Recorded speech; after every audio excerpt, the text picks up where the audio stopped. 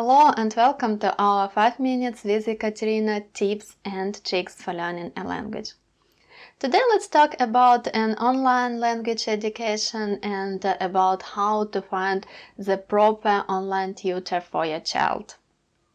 There are a lot of reasons why online tutor is better than offline schooling. One of them is that you can find a native speaker for a language you want your child to speak. The other one is you sometimes don't have time to go with your child to some courses. You will need to take some kind of transport and your child is young and cannot do it by himself or herself. And also the price matters, and you're able to find somebody who will work with the child one-for-one. It wouldn't be a group class, which is also more effective.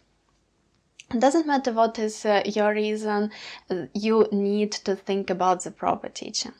And there are different kind of schools which offer it online. Some of them are institutional, which offer online classes. You just turn it on and the teacher is talking, which is not the best way to do it. We are talking about online tutor. And for example, Italki website is an online platform where the individual teachers are working. You can check my profile there, I also teach there. And there are lots of similar ones working accordingly, working the same way. The main bad thing with these platforms and with the online education in general is that none of these platforms actually guarantee the safety of your child. And you know that the internet is full of abuse, the internet is full of some misconduct, and you never know whom you're talking to online. None of these platforms I applied to several asked me to provide the non-criminal record, for example. So none of the teachers teaching there have proved that they have a non-criminal background. That's why you do need to check it yourself. Because of course it will be weird if you go and ask the teacher, what is your background, did you go to prison one day?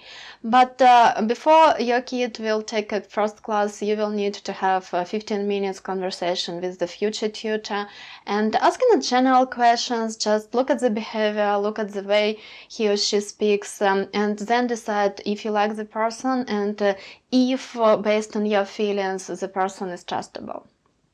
Then, if you think everything is okay, if you have the slightest yes, no, just find another person. It's your child, it's important.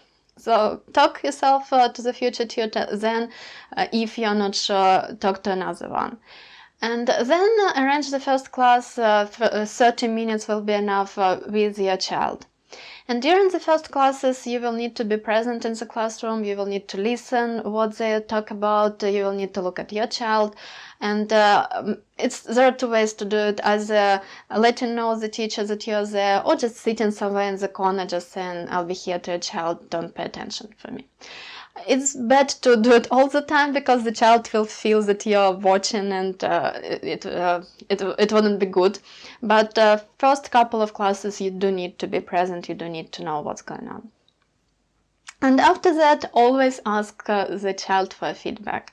Ask what homework does teacher give, what did they do during the class, talk about the teacher, what is the best or worst in the teacher. And again, there are millions of private tutors online. If you feel something is wrong, just change this person, okay? And another problem is the qualification. There are lots of people who can speak and they don't have teacher's qualifications, they don't have teacher's experience, and it doesn't mean they're bad. We all need to start from somewhere. So when you're talking about education, it's openness, friendliness, and match with the child, perfect match, which matters.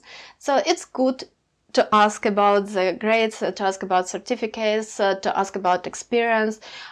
Always check the feedbacks from other people, but probably the papers and the proper education is not the priority, but it's better that if somebody is working with a kid, it's better for this person to have some kind of teaching qualification. If it's not language qualification, is fine, but teaching courses, not PDF written TEFL or TESOL, they sometimes you can just buy them online, but proper university degree is a benefit, but not must have. And the third question is starting from which age I would recommend to find an online teacher. And this is a tricky question because some language schools, they offer even the group classes starting from the kindergarten age.